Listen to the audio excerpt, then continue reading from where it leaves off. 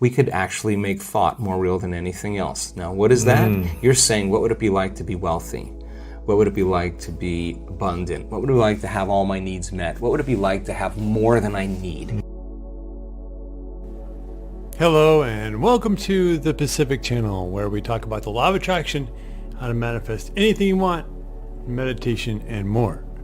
I'm your host, Steve Doherty, and here is my kitty cat, Zara. Zara, say hello to the audience. I've been ignoring her a lot lately, just today, because I've been really busy with things, and so she's a little mad at me. Just gonna put her over there for a second.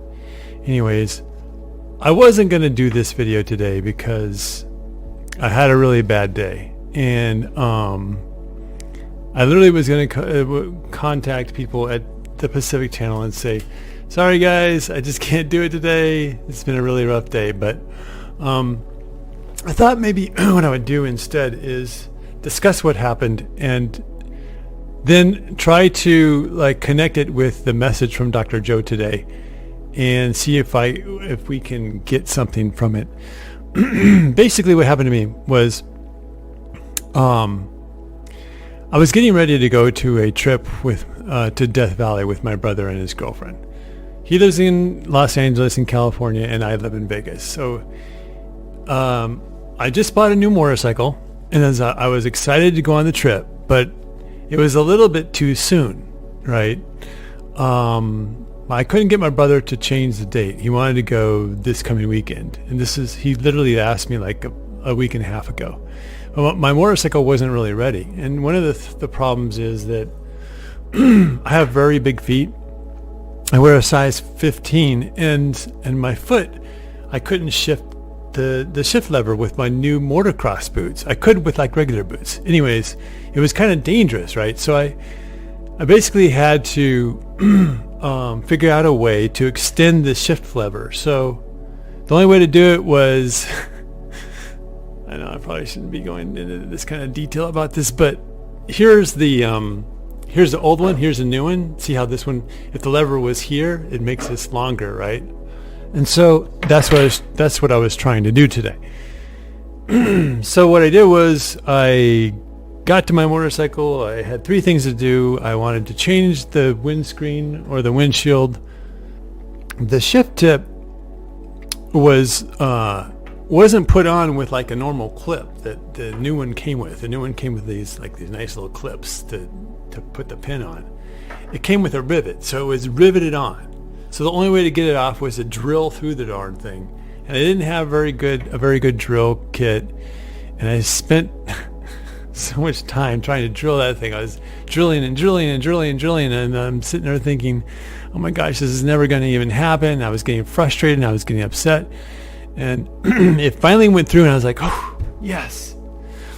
But then I went and I tried to put this new shift lever tip on, and it's too small by just a hair, right? So the shift lever was this big, and it wouldn't go on, right? And I was so frustrated, and I had to call it quits. And I spent 4 hours working on my motorcycle this morning.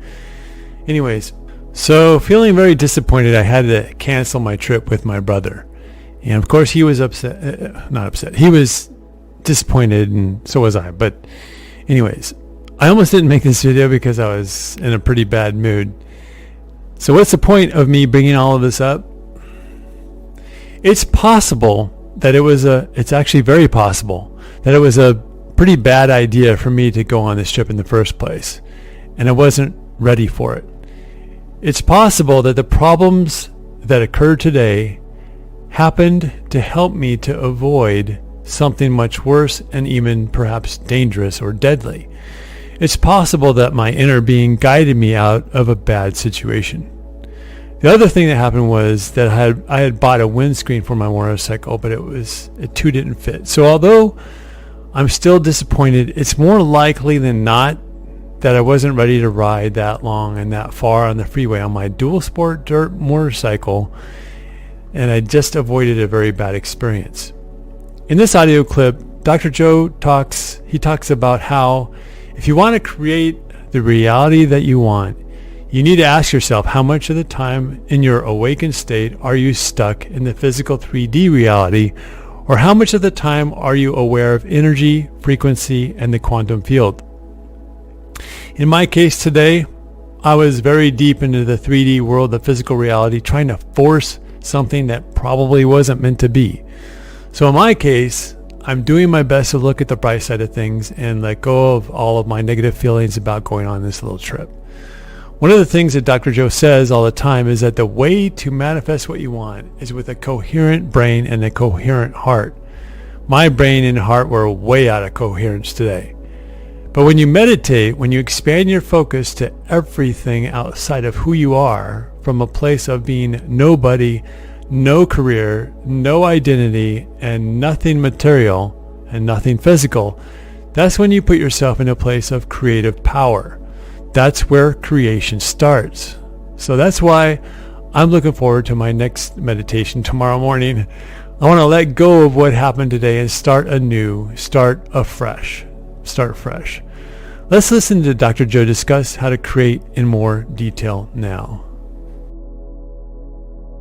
Would this be in our mind's consciousness, or would this be in a different space? Okay, let's look at that. So the answer to the question is, how much of your waking day do you put your attention on matter, on the material world, and how much of your waking day are you aware of energy and frequency? For most people, they're unaware of the quantum field, and if you're unaware of it, it doesn't exist for you. Right. Just like you have a nose, but if you're unaware of it, it doesn't exist for you. The moment you become aware of it, it exists. Well, the quantum field, you can study all kinds of science, and they'll tell you there is this invisible field of frequency and energy that exists beyond the senses that tend to connect everything physical and material. In fact, everything physical and material is connected to this field, okay? So how do you get there? Right? How do you get there? So we discovered that when you take all of your attention off your body and you are not paying attention to your emotions, your drives, your habits, if you could take all of your attention off of every element in your environment, your cell phone, your tablet, your computer, your car, your whatever it is, your bed, take your attention away from everything, every place that you live, where you sleep, where you work, and you're not thinking about time. You're not thinking about your schedule, where you need to be, or what happened yesterday. You can relax into the present moment. There tends to be a dramatic change in the way the brain functions when people do this properly. We call it getting beyond yourself, but in a sense, you're dissociating from your three-dimensional reality. Why? Because if you're thinking about anything in your three-dimensional reality, that's where your attention is and that's where your energy is, okay? So we kind of figured out this formula when people really become nobody, no one, no thing, nowhere, and no time. They're pretty much all of a sudden outside the constraints of the Newtonian world of got to do something to get an outcome.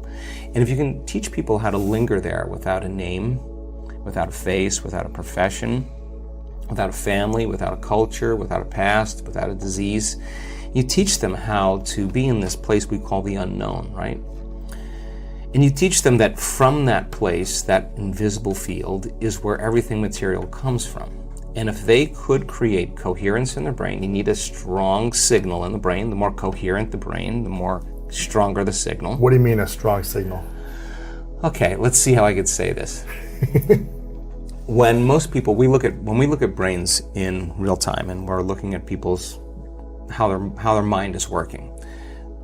When you're under stress, okay, stress is created by not being able to predict something that's going to happen in your life, the perception that something's going to get worse or you can't control something, right? So when that occurs, we switch on that primitive nervous system called the fight or flight nervous system, and the brain goes into this very alarmed state called high beta. That means pay attention to the outer world. There's danger out there. But if it's not a predator and it's traffic or your coworker or your ex, right, this is where it gets to be a problem because it becomes very maladaptive, right? So when we're in that state and the brain is in that aroused state, we try to control and predict everything. So every person, every object, everything, every place, even your body has a neurological network in your brain, right? So as the arousal happens, we start shifting our attention to all these elements, and like a lightning storm in the clouds, the brain starts firing very, very incoherently. And when the brain's incoherent, we're incoherent. It's just that's not a strong signal. It's a static on the wire. That's disconnection. There is no signal. Right. So when we're in that state, we're always really looking for the worst case scenario of what's going to happen, because if you prepare for the worst, anything less happens, a better chance of survival, right? So in this kind of aroused state, as we shift our attention to each one of these elements that are known in our environment, the brain starts compartmentalizing and firing out of order, and that is what creates what's called autonomic dysregulation. That causes the brain and body to get really out of balance, right? So in that state, we're over-focused. You know, when you're stressed, you're over-focused on something. You can't stop thinking about it.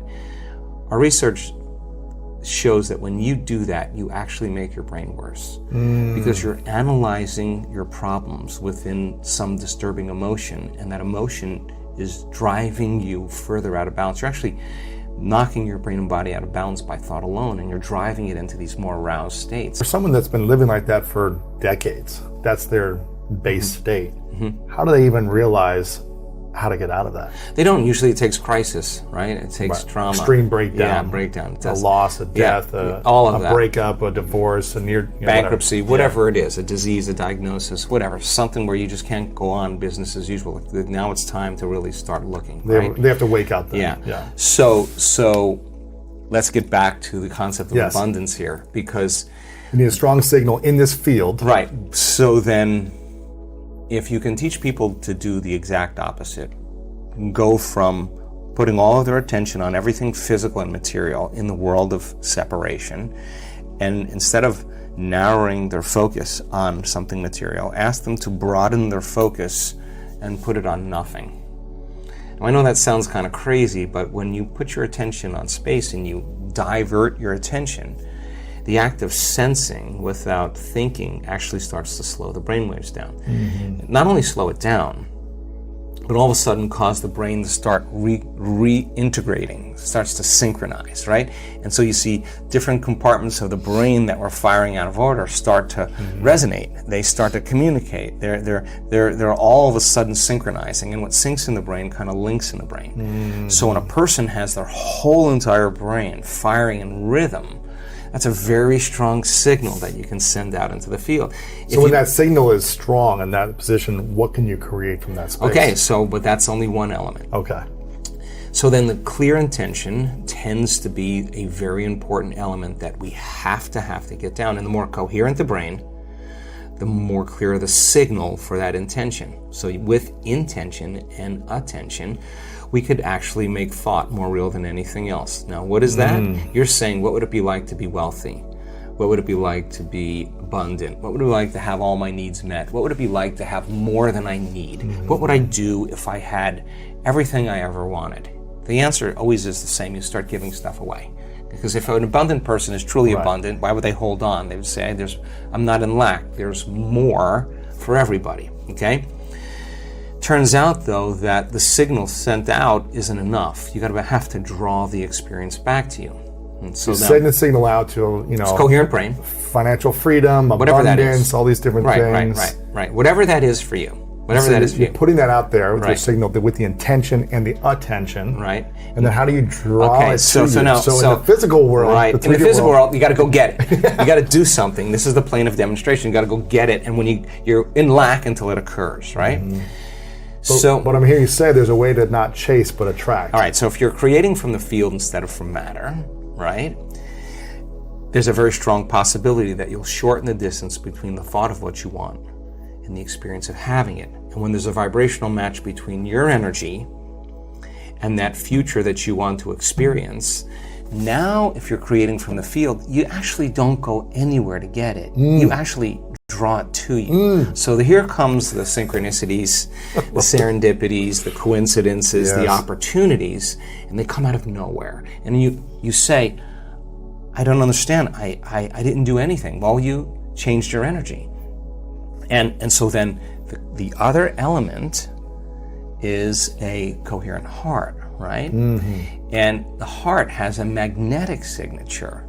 And the magnetic signature is what draws reality to us, right? So you combine that clear intention with a coherent brain. Now here's the key. This takes practice. Yes. Because the person who's living in lack is usually unworthy, is usually insecure, is usually in their past, they're usually frustrated, they're usually impatient, they're usually resentful because nothing's changing out there because it's taking too long. Well, everything takes a lot of time when you do matter to matter, right? So then if you teach them, okay, we know all about that. We know the story behind that. We know what your parents told you about money, all that other. Don't worry about it. Don't worry about it. But now let's do something that would be really cool. Let's write down the feelings of how you would feel if that future happened, and you're going to have to feel that feeling before it occurs. So now, okay, what does an abundant person feel? Pretty much free, a lot of freedom. Peace, excited, joyful. In love with life, grateful to be alive, abundant. Okay, now let's practice feeling those. Turns out when you're feeling those other emotions like resentment and impatience and frustration, you're stepping on the gas pedal, you're turning on the sympathetic nervous system, and you're stepping on the brake. At the same time, which is you're angry, you're frustrated, but the fight or flight nervous system says run, fight, or hide, and you're sitting in a Zoom meeting and your neck is pulsating is because the heart is beating against the closed system, right? You're not using it in an adaptive way. So the heart starts firing out of order. It starts firing incoherently, and incoherent waves cancel each other out. It's called destructive interference, and then we stop trusting our future. Energy leaves the heart. Energy leaves the brain, energy leaves the heart, and you can't get in touch with the feeling of your future because in survival, which those are hormones of stress, all those emotions, in survival it's not a time to create, right? It's time to run, fight, and hide. Okay, so we gotta lay down the very thing we used our whole life to get what we want. The habit of doing it that way for something greater to occur. Okay. So in my case today, upon reflection, I was trying to pound physical reality into place with way too much 3D effort. My brother asked if I wanted to go on this trip just 2 weeks ago, and I've only had my motorcycle a couple months and I wasn't ready. I tried to get him to move it to a later date, but he wouldn't. So my point is that my gut instinct or inner being told me early on that I wasn't ready, but I didn't listen to it. I should have declined from the very beginning and saved myself a lot of grief because I knew that 2 weeks to get my motorcycle ready wasn't enough time for me. Instead of trying to pound my physical reality into place, I should have just let this trip go and enjoy the process of testing out my new equipment on my motorcycle at a more comfortable pace. Like Dr. Joe said, it is never a good idea to allow yourself to get into